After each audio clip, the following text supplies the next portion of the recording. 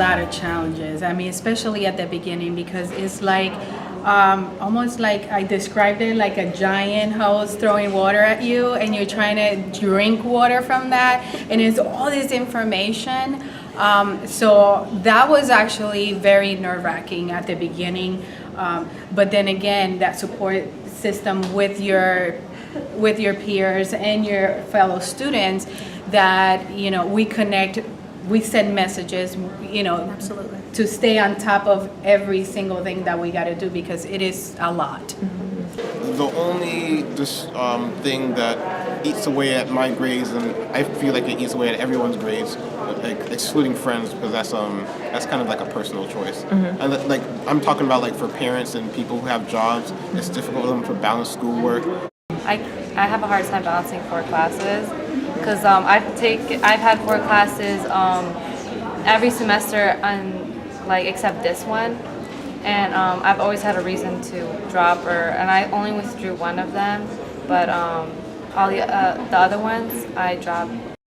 So I think it was mostly just life circumstances. Getting used to a new life in college was my only challenge, which affected school really.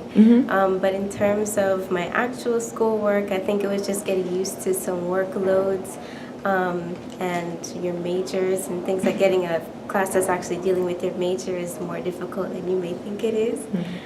So that would be my only challenge, just to persevere is what I did and not drop out. Just tell yourself you can do it.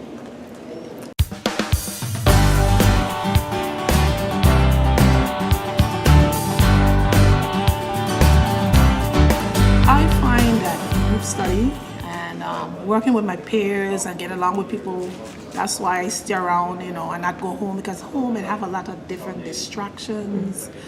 I think each instructor is different, but I think for right now I am engaged in class because I'm in the program that I want to be in. So a lot of times when the instructors lecture, then they ask you what your thoughts are or gather your thoughts while you're lecturing, and they ask you to write down what you're thinking, so it's interactive, and I think that really helps us to be able to know what we're doing and remember it for the future. Probably whenever it's not so much a lecture, like the teacher is pretty much preaching at you, but more whenever they're not just like picking that random student out to help with everything, but actually asking the class feedback instead of just one person getting all of their feedback. So like my SLS teacher, he had an activity on Monday where we had to pick the theme or whatever that we most felt matched us, and we had to go over and stand by it.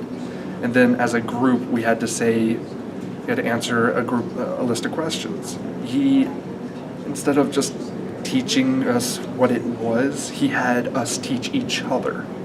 So we ended up learning better because it's in the words of other college students. So When I'm most engaged is when the teacher is engaged. So like when the teacher is interacting with you personally, or also instead of using a PowerPoint, writing on the board, personally talking to the class. Very hands-on. I'm that type of visual learner. So when the teacher does different colors, underlines, and actually writes instead of typing, I find that very helpful and interactive.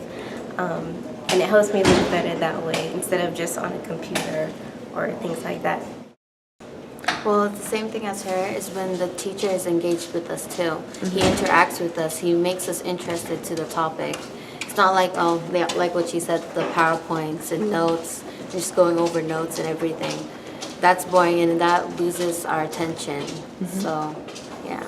But the other thing in classes that maybe aren't so note heavy simply by their nature, like the humanities classes or the other elective classes, is that it has to be engaging, and if it's not so much what you say as how you say it. If you have a professor who's really into the subject that they're teaching and they actually enjoy being there and they make it fun and engaging for people, because if they don't, then I'll just start looking out the window and I'm in la la land, because I can't focus on things if they don't, if it's not interesting.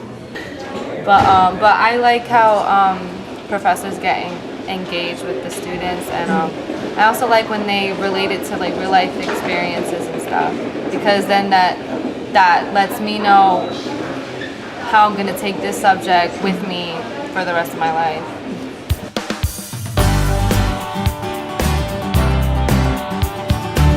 We had a wonderful, in nursing one, we had a wonderful professor. She's just very caring, very loving, and obviously she loves what she does as a nurse, and also just making sure that she embraced all of us to make us feel comfortable and going into this new career as wanting to be a nurse, because we're going to be the future caretakers. It's very tough, and it's not an easy program to go through. You have your ups and downs, and sometimes you just want to throw in the towel because it's overwhelming, but it's part of getting through it, and she's definitely made us see that it's possible, and that's encouraged us.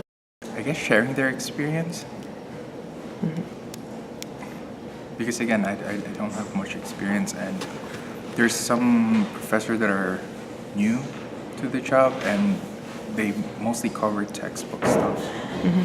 But most of the more experienced chefs, they interweave stories with their lessons, which is very helpful. And I also like when they have a personality where it's like you can tell that they care. Not all professors may have that, but that's just one of my favorite things, when I see that the professor actually will care and will say, okay, see me after class, that's fine, and willing to actually spend their time and talk to you. You feel like you're actually being cared about. So, and my speech teacher, pretty much, because he doesn't teach speech, he shows speech.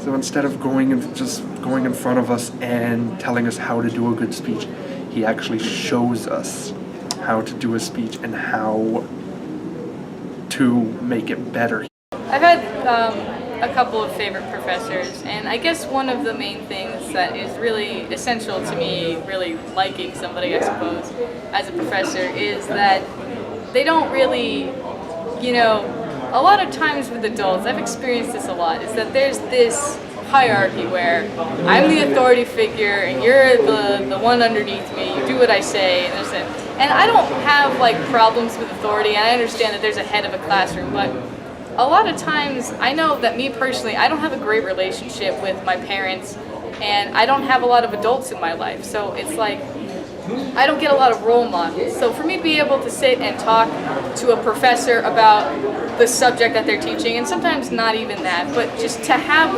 a healthy relationship with somebody who is older than I am, who is more mature, who has more wisdom in their life, as opposed to them just shutting you down, oh, you're just the student, sit, take notes, don't ask me questions that I don't want to answer.